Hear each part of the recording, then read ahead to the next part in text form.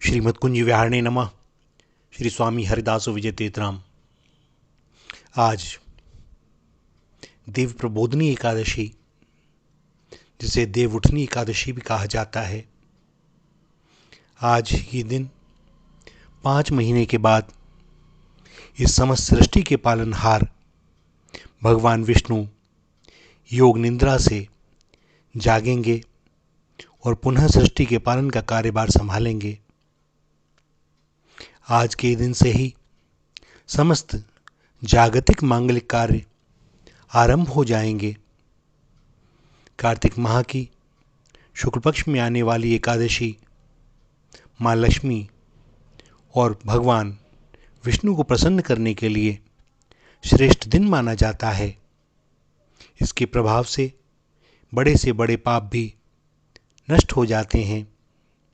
इस दिन मंत्रोच्चारण, स्तोत्र पाठ, शंख, घंटा ध्वनि एवं भजन कीर्तन के द्वारा देवों को जगाने का विधान है।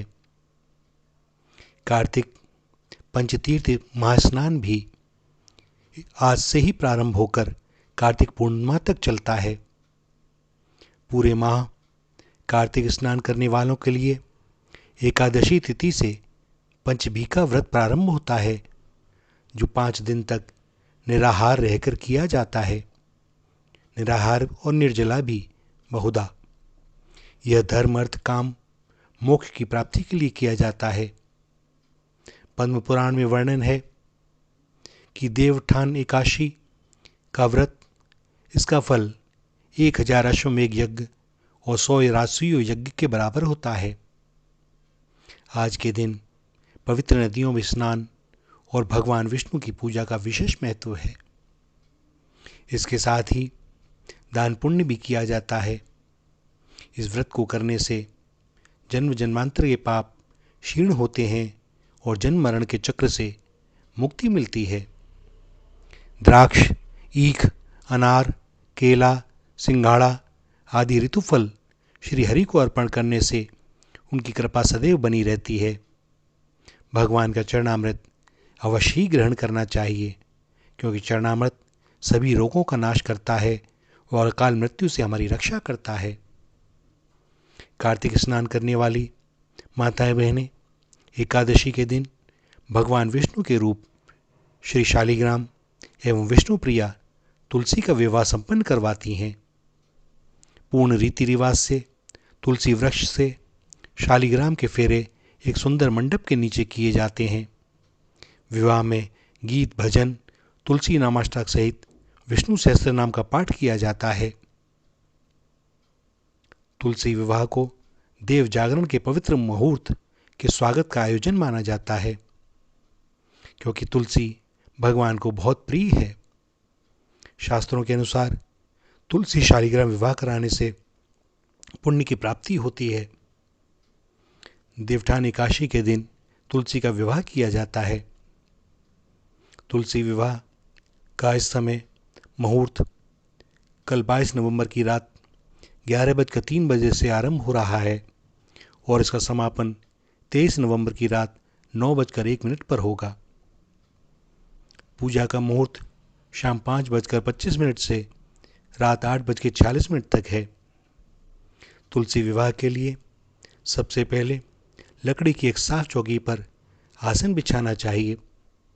गमले को गेरू से रंगना चाहिए और चौकी के ऊपर तुलसी महारानी को स्थापित करना चाहिए। दूसरी चौकी पर भी हम आसन बिछाएं और उस पर भगवान शालिग्राम को स्थापित करें। दोनों चौकियों के ऊपर गन्ने से मंडप को सजाया जाए। एक कलश में जल भरकर रखते हैं, फिर उसमें 5 या फिर 7 आम के पत्ते लगाकर पूजा स्थल पर स्थापित करते हैं। इसके बाद शालिग्राम व तुलसी जी के समक्ष घी का दीपक प्रज्वलित करते हैं और रोली या कुमकुम से तिलक करते हैं। तुलसी जी पर लाल रंग की चुनरी चढ़ाते हैं। चूड़ी, बिंदी आदि चीज़ों से तुलसी देवी का श्रृंगार करते हैं और इसके बाद सावधानी से चौकी समेत भगवान शालिग्राम को हाथों में लेकर तुलसी के साथ परिक्रमा कराई जाती हैं। पूजा संपन्न होने के बाद देवी तुलसी व शालिग्राम जी की आरती की जाती है और सुख सौभाग्य की कामना की जाती है। सभी को प्रसाद का वितरण किया जाता है। मान्यता है कि तुलसी विवाह करने से कन्यादान के समान फल की प्राप्ति होती है। इसलिए यदि किसी व्यक्ति की कन्या ना हो तो उसे तुलसी विवाह करके कन्यादान अवश्य करना चाहिए। जो भी व्यक्ति विधि विधान के साथ तुलसी शालिग्राम विवाह संपन्न करवाता है उसकी मोक्ष प्राप्ति के द्वार खुलते हैं और भगवान का विधिवत पूजन करने से सभी मनोकामनाएं पूर्ण होती हैं। तो भैया यथासंभव जो भी हो सके वह करें। और वह कहते हैं ना, शुभस्य शीघ्रम, जो भी शुभ कार्य है उसे शीघ्रता से कर डालो, न जाने फिर अवसर मिले ना मिले। तो बस लें भगवान का नाम, जो बन पड़े सो करें, अन्यथा सब समय उन्हें स्मरण करते रहें। श्री राधा श्री राधा श्री राधा।